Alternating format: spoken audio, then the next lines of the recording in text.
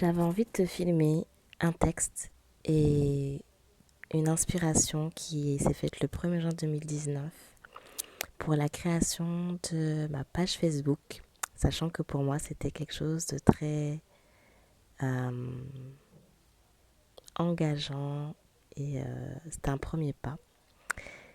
Donc c'est une manière de me le rappeler et de partager avec toi l'origine de cette chaîne qui en est le fruit. On s'aime, on s'aime. Bonjour, cette page est née de mon désir de partager avec vous. Je me suis dit, tu plonges dans tes rêves ou tu connais du passé à côté.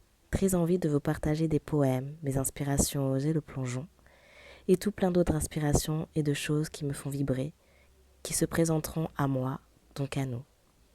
Allez, je vous embarque dans ma drôle de bulle. Pourquoi ce nom, on s'aime, on s'aime? C'est une idée qui a jailli et que je dépose dans un carnet sans trop savoir pourquoi, puis une discussion avec une amie qui m'a été inspirée que quand on partage ce que l'on aime, on s'aime de l'amour. J'aime l'idée qu'en se laissant inspirer par ce qui nous fait vibrer, on en vient à co-créer tous ensemble.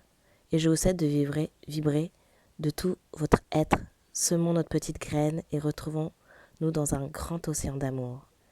Si cela vous inspire à planter votre petite graine et à ensemencer ce monde de vos rêves d'enfant, trop longtemps restés cachés. Waouh, j'en serais plus qu'heureuse. Comme une amie me l'a dit, yaka, yalla. Envie de commencer à vous partager un texte qui m'inspire et illustre merveilleusement bien mon élan du cœur. Et c'est celui-ci. Et puis s'inventer son bonheur, sans trop y penser, sans trop y réfléchir, le cueillir comme on assemblerait un bouquet.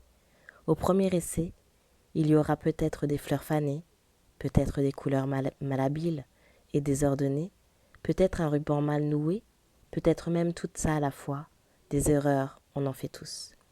Et puis s'inventer son bonheur, c'est compliqué quand on a grandi.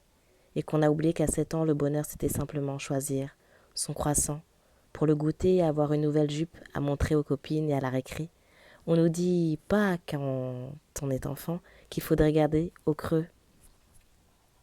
Oups, attends, j'ai où là? Au creux de soi, cette force innée de s'émerveiller. On ne nous dit pas qu'il faudrait continuer à se rouler dans l'herbe et on s'en fiche bien de salir son pantalon, à rire quand on est trébuche. On ne se fait jamais bien mal de toute façon, à gribouiller quand on s'ennuie, à dire ou oui sans réfléchir, à sourire devant la nouveauté et à aller cueillir ses fleurs et à les cueillir n'importe où, comment. N'importe où, est-ce vraiment grave si elles ne sont pas parfaites? Et puis petit à petit, on arrête de sauter dans les flaques, on arrête de regarder en l'air quand on marche, on arrête de faire des grimaces quand on veut, on arrête aussi de rire pour n'importe quoi. Et puis les fleurs, on les achète au coin de la rue sans se poser plus de questions, elles seront parfaites comme ça. Et puis un jour, on réapprend, on recommence, on titube avant d'y arriver. Il y aura d'autres couleurs mal assemblées, il y aura des rubans mal noués et des fleurs abîmées, mais il y aura toujours derrière tout ça son bonheur à inventer. Il suffit juste d'oser, essayer et de les aimer un peu, ces fleurs fanées. Alors ce partage, c'était pour m'autoriser à être dans cette imperfection et accepter que tout est déjà parfait et juste m'offrir à moi et à vous l'élan d'un cœur spontané et en espérant que ça pourra vous inspirer à faire de même. Belle journée!